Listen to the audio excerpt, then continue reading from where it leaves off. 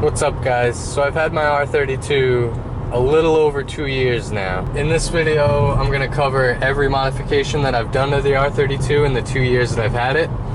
So as I go through the list of each modification, I'll either show you that modification in photo, video, and there might be a video link to the install if it's something like that. From coilover suspension to wheels and tires, light bulbs, Euro dash cubby. I've got a couple more things I ordered for it, so we'll keep this going. The latest thing that I put in was the Eurosport X brace. Did a video on that one, and I'm very happy with that. It seems to stiffen the R32 up a lot. Show you what it looks like today, and then we'll go back and show you pictures from when I got it. And like I said, this video is just going to be modifications, and it's not going to be repairs, even though the coilover suspension was technically a repair because I had two broken springs, so I had to do something.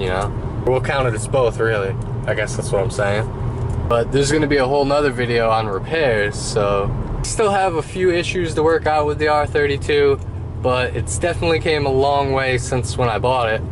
So a few of my earlier videos, like the Cupra Lip Install, I think that was the very first modification I did to it. I guess you could say it was pretty amateur the way I filmed it, and it's like time-lapse with a GoPro and stuff. And we came a long way since then, but we're still not perfect. And I tried CyberLink Power Director, but it just didn't really seem to work on my computer. It kept locking up. So I'm kind of just throwing this stuff together with Movie Maker, and it's not really coming out good. I don't really like it. Hopefully someone could comment and suggest what to use. I'm using a Windows laptop, HP, AMD 8. R32 pick number 1. And a couple more picks from stock. And this one's important because the front end went through a lot of changes with Plasti Dip. We'll go through those later on. Show you the different grills and stuff. So here's what it looks like today, after me owning it for 2 years in the current setup with the Detroit rims and stuff like that. And I have the whole list of modifications here. And I know it'll sound like crap when I narrate over some stuff, like other video files that I have, like of the modifications. Some of those videos will be better than I can do right now. So we'll start with the Cupra Lip up front. This right here would be the Cupra Lip. That's 100% custom install. You have to bend it and shape it and mold it. So here are some pictures. This is stock, and then this is the Cupra Lip, and then this is stock again, and then the Cupra Lip. Like I said, my first video was kind of amateur, so it wasn't the best, that install. I mean, the lip came out good, but not the video. I've done a bunch of modifications like plasti dipping wheels, stuff like that when I had the stock wheels, so we'll go through pictures of that. I'm a big fan of the plasti dip. I've never had a bad experience with it. Just put it on good and thick. At this point, I did the grill too, and I did the emblems too, and then slowly peeled those.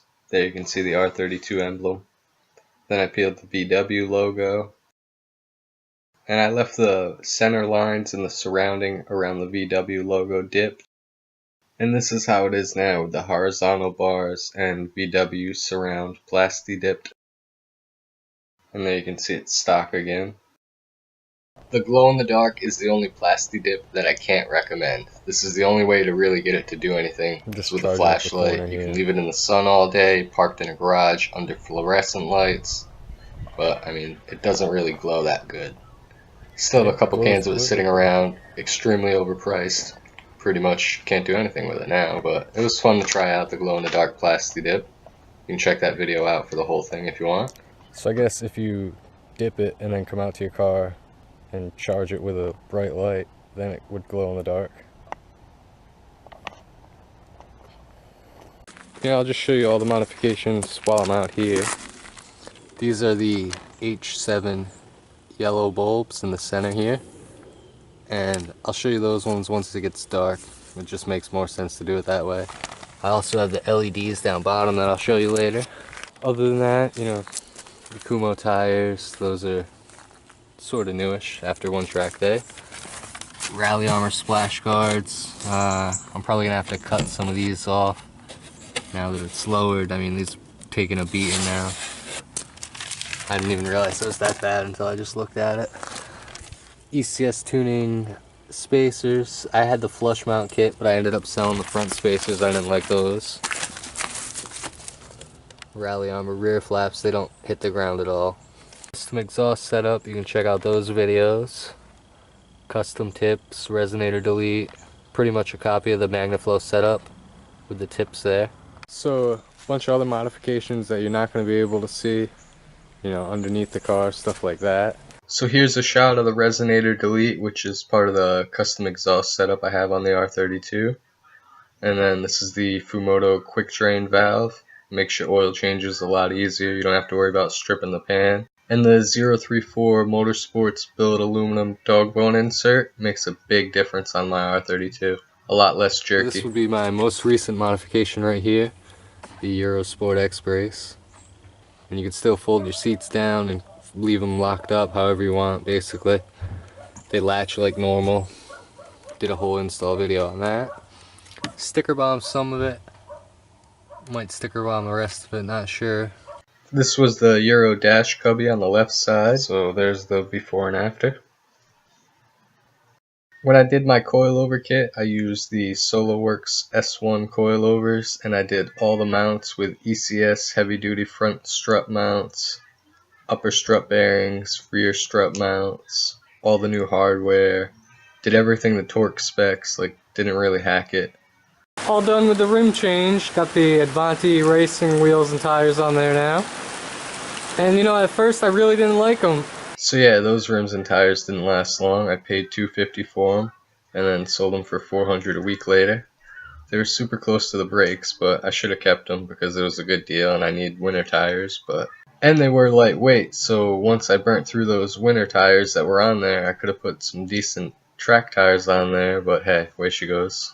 Alright, so it's dark now, and like I said, I'm going to go through the lighting modifications with you.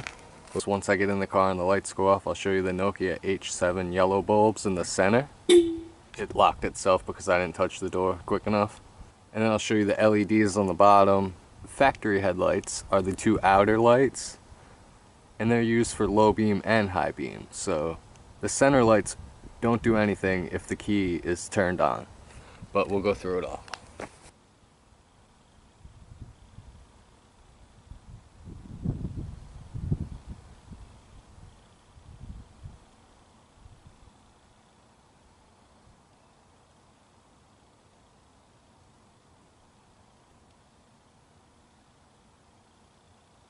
So with the yellow H7s, I have to be holding the stock back, which I'll show you in a minute with the camera. But so for the LEDs, once I turn those on, I can get out and show you. Those just go along the bottom grills there. The only thing left will be the headlights.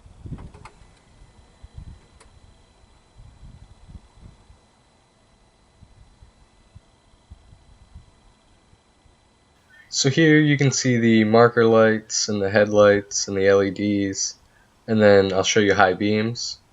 When you hear that clicking, you can see them turn on. They're the same bulbs for the low beams, it's just a shutter.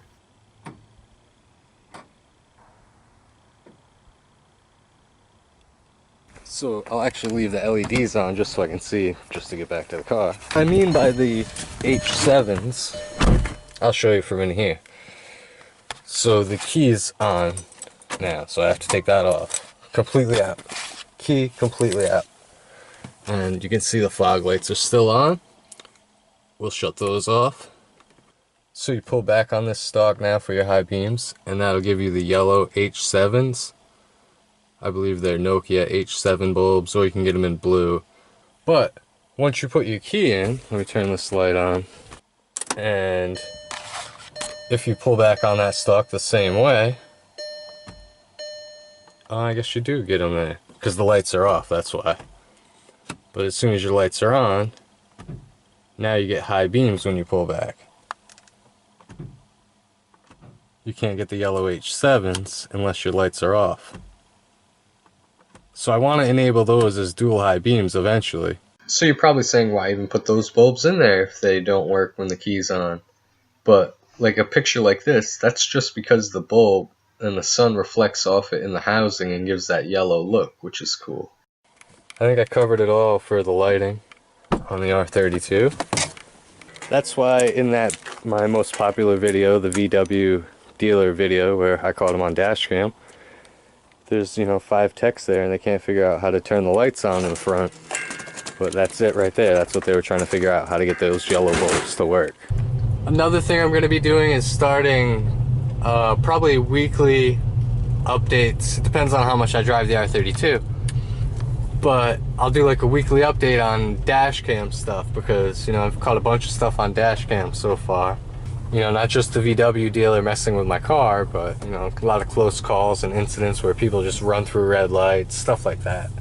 Even if it doesn't affect me, I'll probably still show it just because it's interesting and I think everyone should have a dash cam. I was thinking about getting a new one that does front view and rear view, but I don't know, I'm kind of happy with this one. So I think that covers it for all the R32 modifications in the 2 years that I've owned it. And we've been to some pretty cool events. You can see the pictures there, all the videos for those. And I'm thinking about taking a couple big steps to make it less of a street car, so like and subscribe and we'll see how far we go with the R32.